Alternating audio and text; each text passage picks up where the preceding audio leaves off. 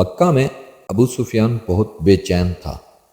آج کچھ ہونے والا ہے۔ اس کی نظر آسمان کی طرف بار بار اٹھ رہی تھی۔ اس کی بیوی ہند، جس نے حضرت امیر حمزہ کا کلیجہ چبایا تھا، اس کی پریشانی دیکھ کر اس کے پاس آ گئی تھی۔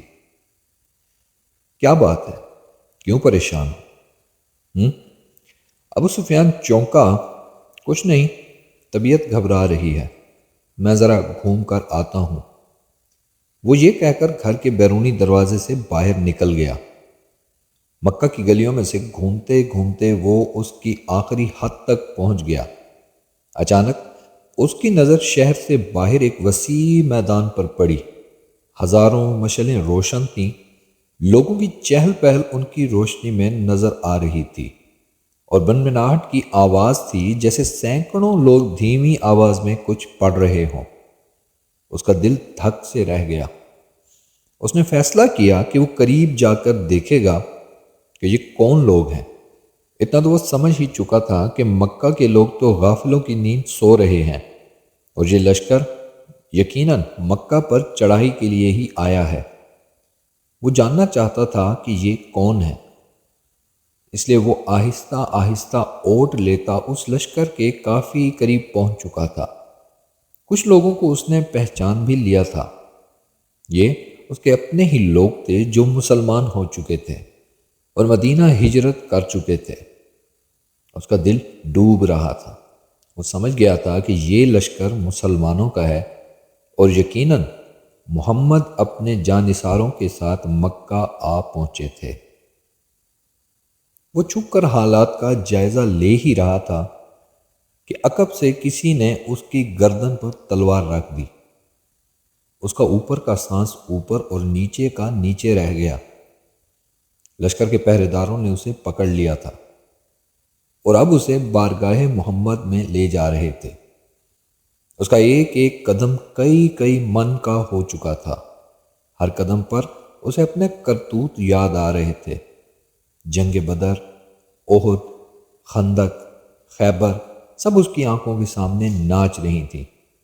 اسے یاد آ رہا تھا کہ اس نے کیسے سرداران مکہ کو اکٹھا کیا تھا محمد کو قتل کرنے کے لیے، کیسے نجاشی کے دربار میں جا کر تقریر کی تھی کہ یہ مسلمان ہمارے غلام اور باغی ہیں، ان کو ہمیں واپس دو۔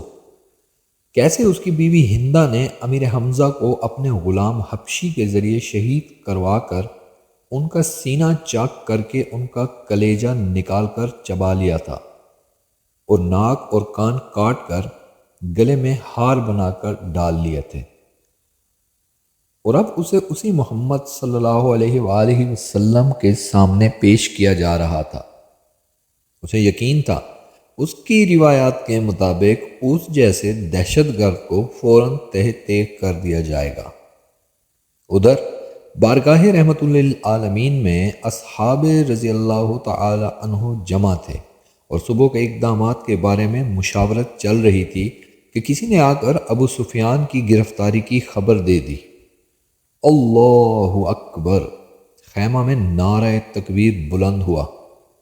ابو سفیان کی گرفتاری ایک بہت بڑی خبر اور کامیابی تھی۔ خیمہ میں موجود عمر ابن الخطاب اٹھ کر کھڑے ہوئے اور تلوار کو میان سے نکال کر انتہائی جوش کے عالم میں بولے، اس بدبخت کو قتل کر دینا چاہیے۔ شروع سے سارے فساد کی جڑ یہی رہا ہے۔ چہرہ مبارک رحمت للعالمین صلی اللہ علیہ وآلہ وسلم پر تبسم نمودار ہوا، اور ان کی دلوں میں اترتی ہوئی آواز گونجی، بیٹھ جاؤ عمر، اسے آنے دو۔ عمر ابن خطاب آنکھوں میں غیظ و غضب لیے حکم رسول صلی اللہ علیہ وآلہ وسلم کی اطاعت میں بیٹھ تو گئے، لیکن ان کے چہرے کی سرخی بتا رہی تھی کہ ان کا بس چلتا تو ابو سفیان کے ٹکڑے کر ڈالتے۔ اتنے میں پہرے داروں نے بارگاہ رسالت صلی اللہ علیہ وآلہ وسلم میں حاضر ہونے کی اجازت چاہی۔ اجازت ملنے پر ابو سفیان کو رحمت للعالمین کے سامنے اس حال میں پیش کیا گیا کہ اس کے ہاتھ اسی کے امامہ سے اسی کی پشت پر بندھے ہوئے تھے۔ چہرے کی رنگت پیلی پڑ چکی تھی اور اس کی آنکھوں میں موت کے سائے لہرا رہے تھے۔ لب ہائے رسالت معاذ صلی اللہ علیہ وآلہ وسلم واہ ہوئے اور اصحاب رضی اللہ تعالی عنہ نے ایک عجیب جملہ سنا، اس کے ہاتھ کھول دو اور اس کو پانی پلاؤ، بیٹھ جاؤ ابو سفیان۔ ابو سفیان ہارے ہوئے جواری کی طرح گرنے کے انداز میں خیمہ کے فرش پر بچھے قالین پر بیٹھ گیا۔ پانی پی کر اس کو کچھ حوصلہ ہوا تو نظر اٹھا کر خیمہ میں موجود لوگوں کی طرف دیکھا۔ عمر ابن خطاب کی آنکھیں غصے سے سرخ تھیں۔ ابو بکر ابن قحافہ کی آنکھوں میں اس کے لیے افسوس کا تاثر تھا۔ عثمان بن عفان کے چہرے پر عزیزداری کی ہمدردی اور افسوس کا ملا جلا تاثر تھا۔ علی ابن ابو طالب کا چہرہ سپاٹ تھا۔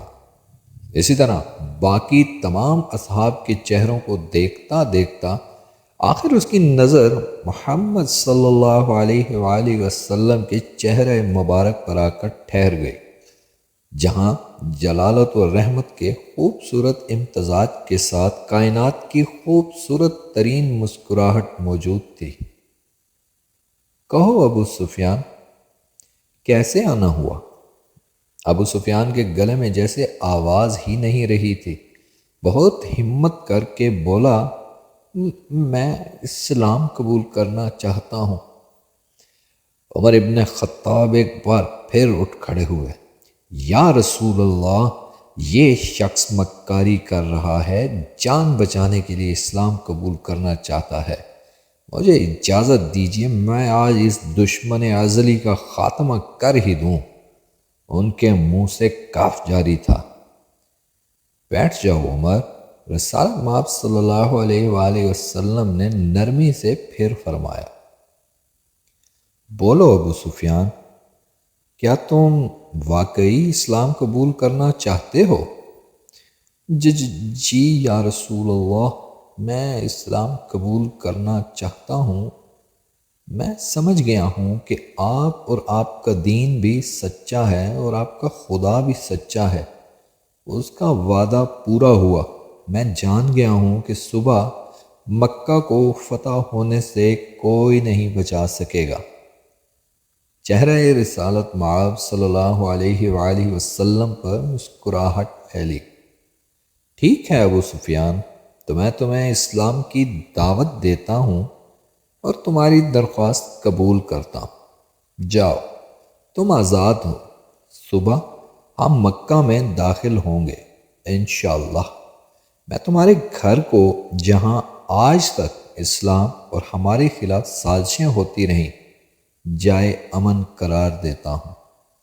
جو تمہارے گھر میں پناہ لے لے گا وہ محفوظ ہے۔ ابو سفیان کی آنکھیں حیرت سے پھٹتی جا رہی تھیں، اور مکہ والوں سے کہنا جو بیت اللہ میں داخل ہو گیا اس کو امان ہے، جو اپنی کسی عبادت گاہ میں چلا گیا اس کو امان ہے، یہاں تک کہ جو اپنے گھروں میں بیٹھ رہا اس کو بھی امان ہے۔ جاؤ ابو سفیان، جاؤ اور جا کر صبح ہماری آمد کا انتظار کرو، اور کہنا مکہ والوں سے کہ ہماری کوئی تلوار میان سے باہر نہیں ہوگی، ہمارا کوئی تیر ترکش سے باہر نہیں ہوگا، ہمارا کوئی نیزہ کسی کی طرف سیدھا نہیں ہوگا جب تک کہ کوئی ہمارے ساتھ لڑنا نہ چاہے۔ ابو سفیان نے حیرت سے محمد صلی اللہ علیہ وآلہ وسلم کی طرف دیکھا اور کانپتے ہوئے ہونٹوں سے بولنا شروع کیا، اشہد اللہ الہ الا اللہ، اشہد ان محمدا عبدہ ورسولہ۔ سب سے پہلے عمر ابن خطاب آگے بڑھے اور ابو سفیان کو گلے سے لگایا۔ مرحبا اے ابو سفیان، اب سے تم ہمارے دینی بھائی ہو گئے۔ تمہاری جان مال ہمارے اوپر ویسے ہی حرام ہو گیا جیسا کہ ہر مسلمان کا دوسرے پر حرام ہے۔ تم کو مبارک ہو کہ تمہاری پچھلی ساری خطائیں معاف کر دی گئیں اور اللہ تبارک و تعالیٰ تمہارے پچھلے گناہ معاف فرمائے۔ ابو سفیان حیرت سے خطاب کے بیٹے کو دیکھ رہا تھا۔ یہ وہی تھا کہ چند لمحے پہلے جس کی آنکھوں میں اس کے لیے شدید نفرت اور غصہ تھا، جو اس کی جان لینا چاہتا تھا، اب وہی اس کو گلے سے لگا کر بھائی بول رہا تھا۔ یہ کیسا دین ہے، یہ کیسے لوگ ہیں؟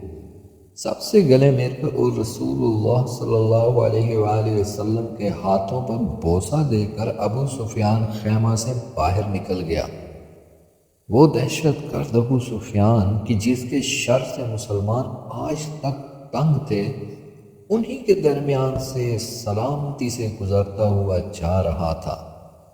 جہاں سے گزرتا اس اسلامی لشکر کا ہر فرد، ہر جنگجو، ہر سپاہی جو تھوڑی دیر پہلے اس کی جان کے دشمن تھے، اب آگے بڑھ بڑھ کر اس سے مصافحہ کر رہے تھے، اسے مبارکباد دے رہے تھے، خوش آمدید کہہ رہے تھے۔ اگلے دن مکہ شہر کی حد پر جو لوگ کھڑے تھے، ان میں سب سے نمایاں ابو سفیان تھا۔ مسلمانوں کا لشکر مکہ میں داخل ہو چکا تھا۔ کسی ایک تلوار، کسی ایک نیزے کی انی، کسی ایک تیر کی نوک پر خون کا ایک قطرہ بھی نہیں تھا۔ لشکر اسلام کو ہدایات مل چکی تھیں، کسی کے گھر میں داخل مت ہونا، کسی کی عبادت گاہ کو نقصان مت پہنچانا، کسی کا پیچھا مت کرنا، عورتوں اور بچوں پر ہاتھ نہ اٹھانا، کسی کا مال نہ لوٹنا۔ بلال حبشی آگے آگے اعلان کرتا جا رہا تھا، مکہ والو، رسول خدا کی طرف سے آج تم سب کے لیے عام معافی کا اعلان ہے۔ کسی سے اس کے سابقہ اعمال کی باز پرس نہیں کی جائے گی۔ جو اسلام قبول کرنا چاہے وہ کر سکتا ہے، جو نہ کرنا چاہے وہ اپنے سابقہ دین پر رہ سکتا ہے۔ سب کو ان کے مذہب کے مطابق عبادت کی کھلی اجازت ہوگی۔ صرف مسجد الحرام اور اس کی حدود کے اندر بت پرستی کی اجازت نہیں ہوگی۔ کسی کا ذریعہ معاش چھینا نہیں جائے گا، کسی کو اس کی عرضی و جائیداد سے محروم نہیں کیا جائے گا۔ غیر مسلموں کی جان و مال کی حفاظت مسلمان کریں گے۔ اے مکہ کے لوگوں! ہندا اپنے گھر کے دروازے پر کھڑی لشکر اسلام کو گزرتے ہوئے دیکھ رہی تھی۔ اس کا دل گواہی نہیں دے رہا تھا کہ حضرت حمزہ کا قتل اس کو معاف کر دیا جائے گا، لیکن ابو سفیان نے تو رات یہی کہا تھا، اسلام قبول کر لو، سب غلطیاں معاف ہو جائیں گی۔ مکہ فتح ہو چکا تھا، بنا ظلم و تشدد، بنا خون بہائے، بنا تیر و تلوار چلائے، لوگ جوگ در جوگ اس آفاقی مذہب کو اختیار کرنے اور اللہ کی توحید اور رسول اللہ صلی اللہ علیہ وآلہ وسلم کی رسالت کا اقرار کرنے مسجد حرام کے صحن میں جمع ہو رہے تھے۔ اور تبھی مکہ والوں نے دیکھا اس ہجوم میں ہندا بھی شامل تھی۔